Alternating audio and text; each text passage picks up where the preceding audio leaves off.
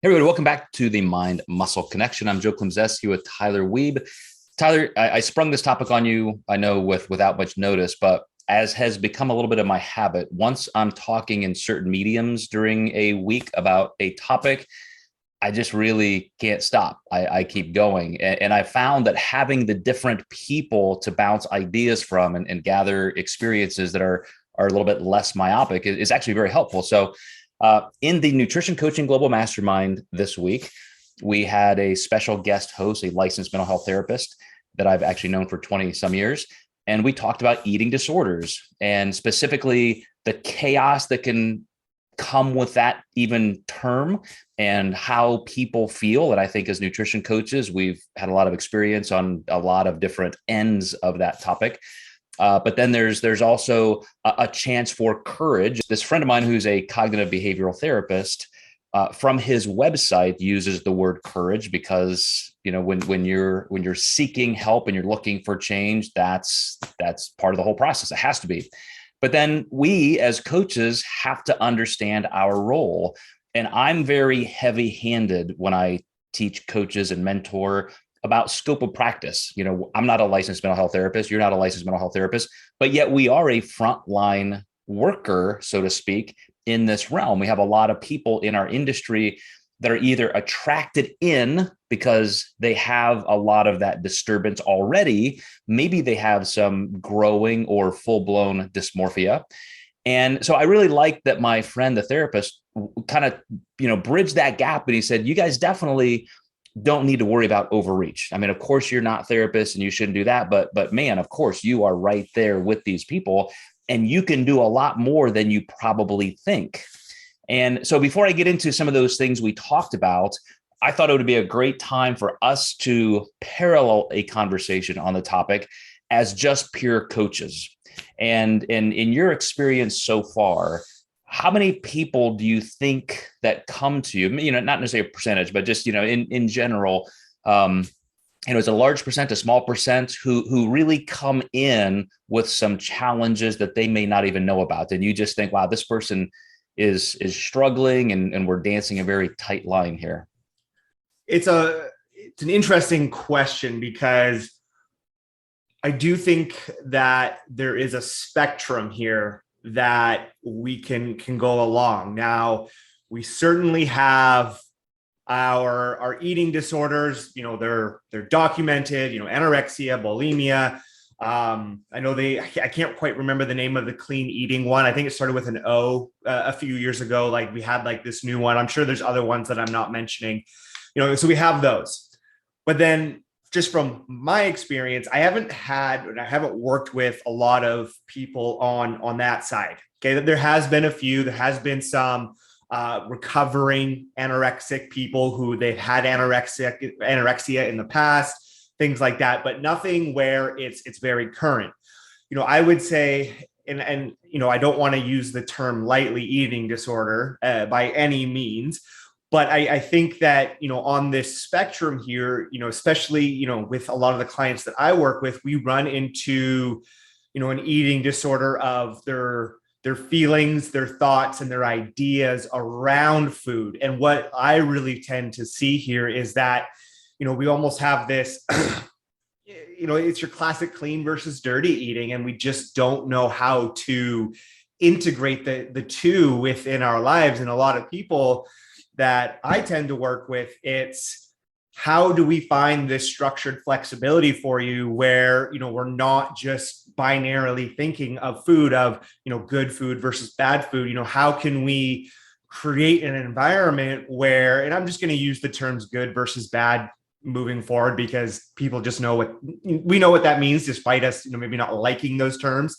How do we create this environment where, maybe our diet is majorly made up of, 80% of good food that's whole, nutrient dense, vitamins, minerals.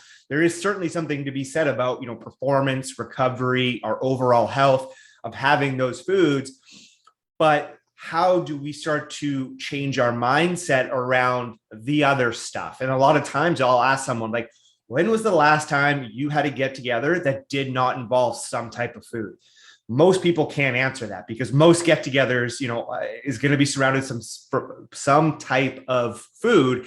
And so it's like, how do we navigate those situations, and how do we view food in those situations, still keep our goals in mind, but find this balance of enjoying ourselves. So I don't know if you want to necessarily call that a eating disorder, but that is definitely a big mental hurdle, life hurdle that a lot of people are fighting and dealing with. So I would say that's the majority of my clients or the people that I've worked with over the years. And I love that you use the word spectrum, because that is the very first place that my friend went as a therapist. And, he even made the comment that because he's in the camp of therapists who don't necessarily even agree that the DSM is that necessary. And, when you label somebody, you unfortunately are labeling them on a spectrum that any of us could probably show pretty heavy characteristics of at given times. So I think that's very important. And I also, when I'm working with people that I think, they are either already there or we risk going there, I'm very careful to treat nutrition like I've heard a lot of therapists talk about it, even in like suicide prevention, where, don't jump into something that somebody may already be catastrophizing and just add more anxiety. So to diffuse is the right thing to, bring that temperature down a bit. And I've almost made this an experiment with my local facility. When I reopened a satellite spot here just 9 or 10 months ago, I thought I'm going to do this as an all-inclusive thing. It's not that you can come do training and by the hour and this and that, and here's a nutrition program and you can do this or this. It's just you come in here and you get everything. And that has allowed me to de-emphasize the nutrition a little bit. So I'm getting to know people, I'm connecting with them. We've got a whole health plan that includes fitness and nutrition. And I'm telling you, it has been a gigantic difference in that we speak less about the details. It gives them a chance to settle in. And that also, surprisingly to me, was the first point of my friend, the therapist, who said, your first role should be just connect with these people. You don't have to dive in and fix things. You don't have to acknowledge things. That's not your role. But just if that's what you can do, if you can make somebody feel heard and dive into some of those struggles with them, and of course, be the technician you are with nutrition, but just connect and empathize. He said, I'm telling you, like 90% of people will come back the other way. And so I also wonder, just you as a competitor speaking on this spectrum, when you have dieted for a contest, how close were you to a place at any time that you felt like, damn, I am focusing too much on food? Is this disordered? Am I dysmorphic? Am I going over the edge? Like, have you ever personally felt that way? No, I haven't, because I've only done 2 contest preps in my life. I've certainly dieted, but I've never have gotten to like such low calorie level like I've done in contest prep. But I knew that it was just for this period of time only, and that, I was going to be getting more food at, X point, and it was going to end. Now, certainly did it get to a point where, I was, dreaming about food, like I was having food dreams. Yeah, I was certainly having like a, full table turkey dinner, like in my dream, like, tasting Oreos in my mouth. Like, I'm pretty sure I've mentioned that on this podcast. I would say post show is probably the hardest, and where the propensity to potentially have an eating disorder or to go that way is going to arise. I can't quite fully say if I felt that way after my last show. I know you were there for part of it, and what I was going through with the hunger and things like that. But again, it was kind of one of those things where it's like, it's going to end at some point. And for myself, yeah, it's never been an issue. I've never really had an issue with food. I didn't diet for the first time until I was in my mid-20s. Like, I had never dieted until then, right? So, that's just never been something for me. How about yourself? Well, this is a point that if we were in court, I would be submitting evidence before that time we were together in Vegas post show. And I would say the look in your eye and the things you were eating, I was quite worried about you. And that's the guy trying to push me to have another milkshake that night. Tyler, just have another one. Just have another one. You very willingly did. I could see that. Just see that. Like there was definitely a chaotic, scrambled, unhappy look to you where right. I could see and I could feel all of that tension with you of like, I just want to keep eating and eating. And I know I shouldn't, but I want to. And dude, it was seriously like looking like an angry dog sometimes in your eyes when we were around food. And not to pick on you, but no, just to illustrate the point that when you are in a food centric scenario, it can pull anybody toward those gray areas. Right. And that's why, so just to kind of bounce from what my friend was discussing on the Nutrition Coaching Global Mastermind podcast, to what I think is probably the newest psychological model for addressing eating disorders. And again, like you said, let's just call this a spectrum. Let's not make it a label as a mental illness, but just any kind of distorted type of feelings or behaviors around food. And up to very, very recent times, every single treatment was geared around psychology. And so some researchers said, why is nobody talking about the biology? Why is nobody talking about things like blood sugar and hypothalamus and ghrelin and leptin and are these people even eating well? Are they meeting nutritional standards that would be appropriate, that would help them with some of these behaviors? It's all psych.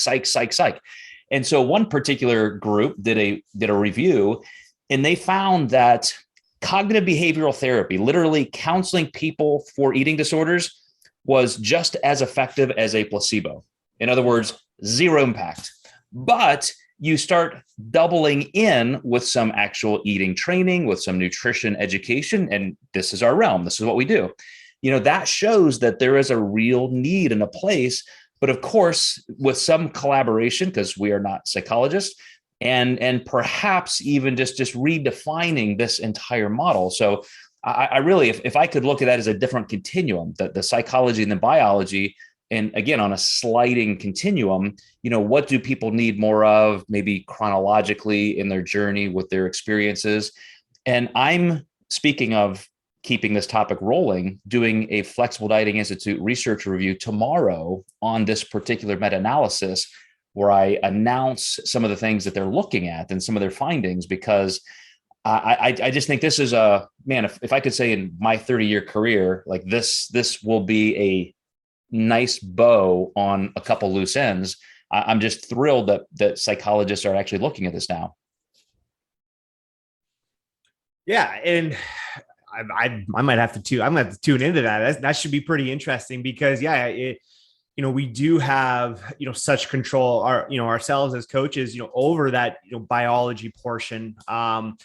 And, I think if you are a good coach, you're still going to understand, even if you're not quite the scope of practice expert, you're still going to understand the psychology of eating and how much it means to us. I remember going through NAMS level 1, and kind of that first chapter was like, kind of what, how important food is to us, and just culturally, religion, social stat, like everything is kind of just surrounded by food. And so to just really kind of help these people navigate through this, biologically, by, getting them the right amounts of protein, vitamins, etc., can have such a big impact potentially on that psychological component, because you're kind of getting the results from your work, right? So it's kind of like, oh, okay, like maybe I don't trust this right now, but as the coach, we're building that trust. Like you said, we're getting to know the person, we're getting to know their experiences,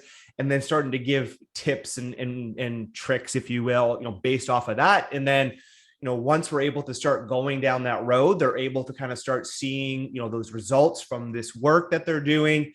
That's going to, in my opinion, would start to help with that psychological portion as well. And so, maybe there's that in the study where it's like maybe the biology precedes the psychology, because they kind of need to see those changes manifest themselves, before we can kind of go, oh, okay, like now I fully understand it, right? Like there's a big difference between understanding something logically and understanding something emotionally, right? And the goal is to kind of get those two things to connect. So we can do the logical so we can get the emotional, because we do see those positive results then.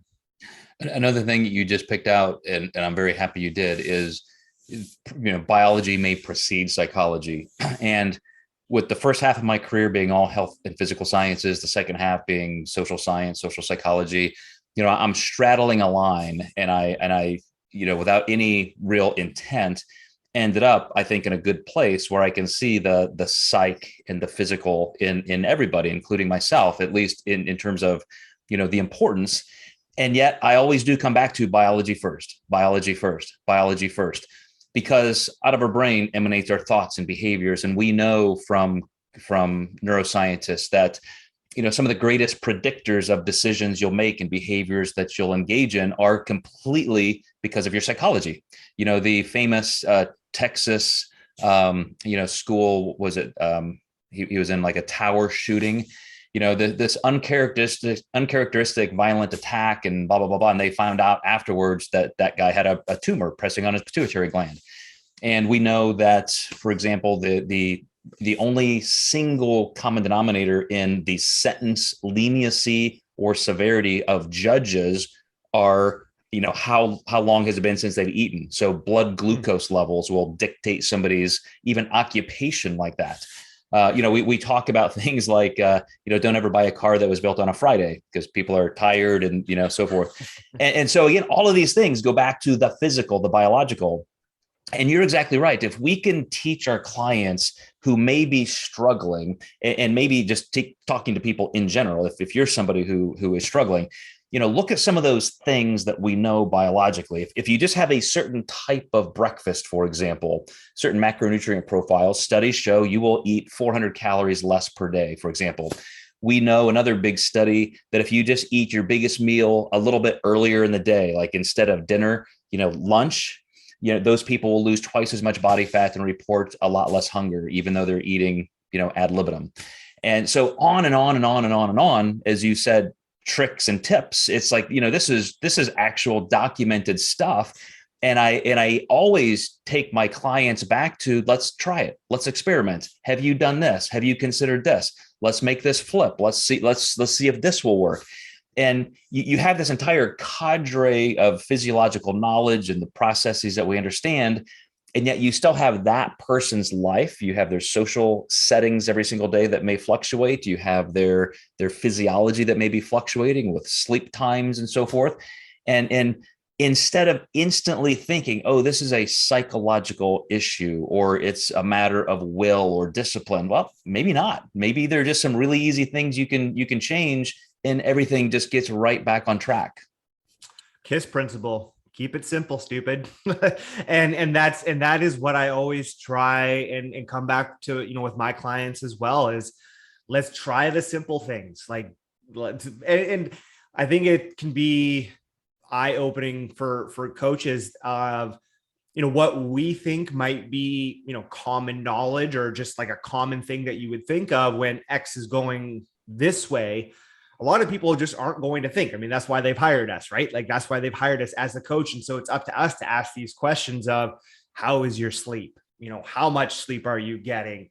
What is your water intake? What is your overall stress like? Like, what's going on in life right now? Because a lot of those things can affect those, those data points that we are seeing at our check-ins. And so, yeah, being able to, dive in and coming back to just knowing the client and getting to know the client, relationships, like that is literally what this is all about. And then making, those adjustments, presenting, solutions to people. Like, for a lot of scenarios, I'll try to come to that person with 2 to 3 options of, okay, we can try this, or this. And then I try and let them decide, which way we're going to go. And I'll give them pros and cons for both, and we'll talk it through. But ultimately, the client, in some certain context, they're going to know themselves the best and what potentially could lead to the most success, because, that's what we're ultimately here for. And that's, when I go into a conversation like this with a client, that's what I tell them. I'm like, here are our options. I don't really care what we do in a sense, because ultimately what's most important is getting you to be successful. And whatever we can do for that, whatever's going to be best for you, that's the option that we're going to want to take, because that's going to lead to the most consistency, the most buy-in, and therefore the best results, right? In theory. So yeah, really being able to just have all of these solutions, keeping them simple. There's just so much we can do for our clients that are coming to us, with these issues that, there shouldn't be too many roadblocks that we can't work through. And surely there has to be in one of those bottles behind you a cure for eating disorders, right? One of those can help anybody. All these magic supplements, right?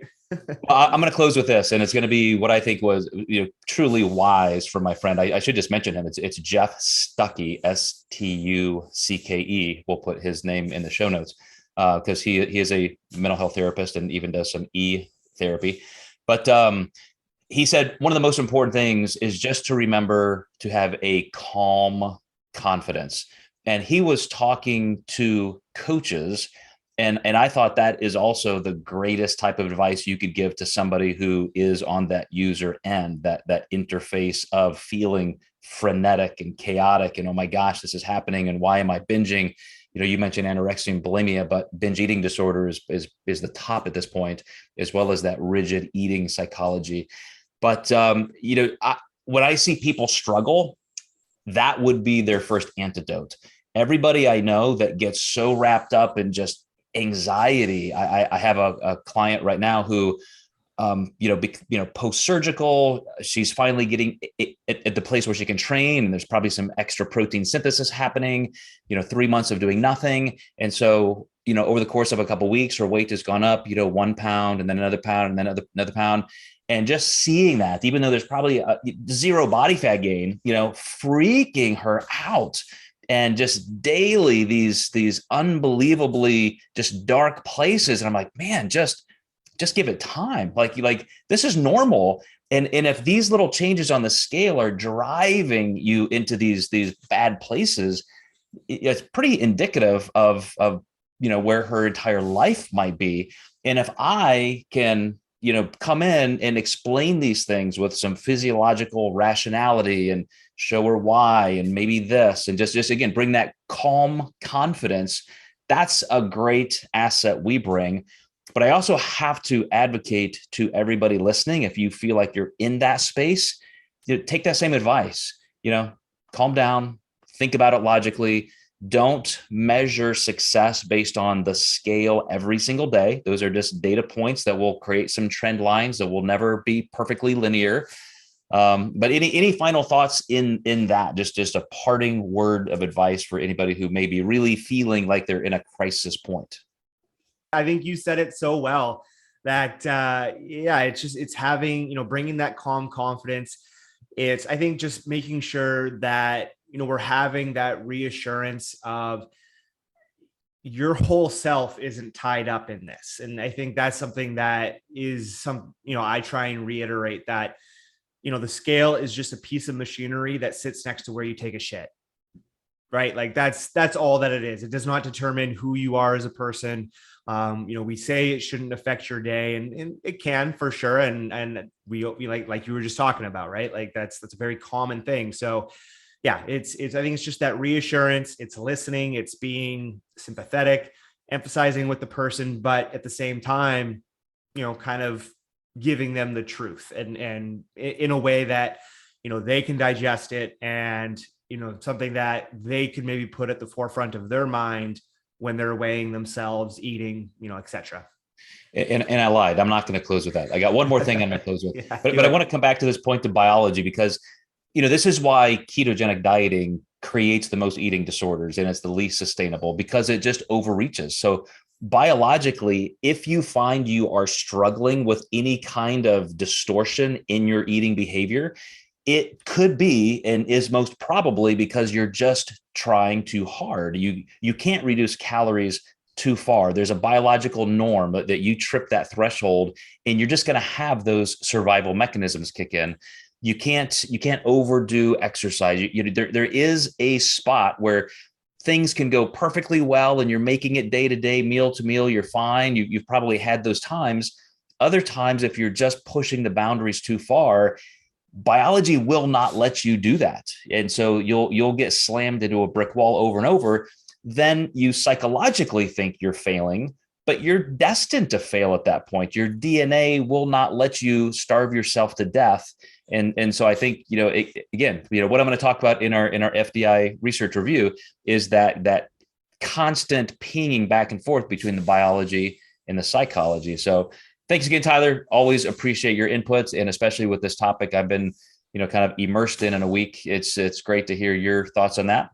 So we will see you guys next time in the Mind Muscle Connection.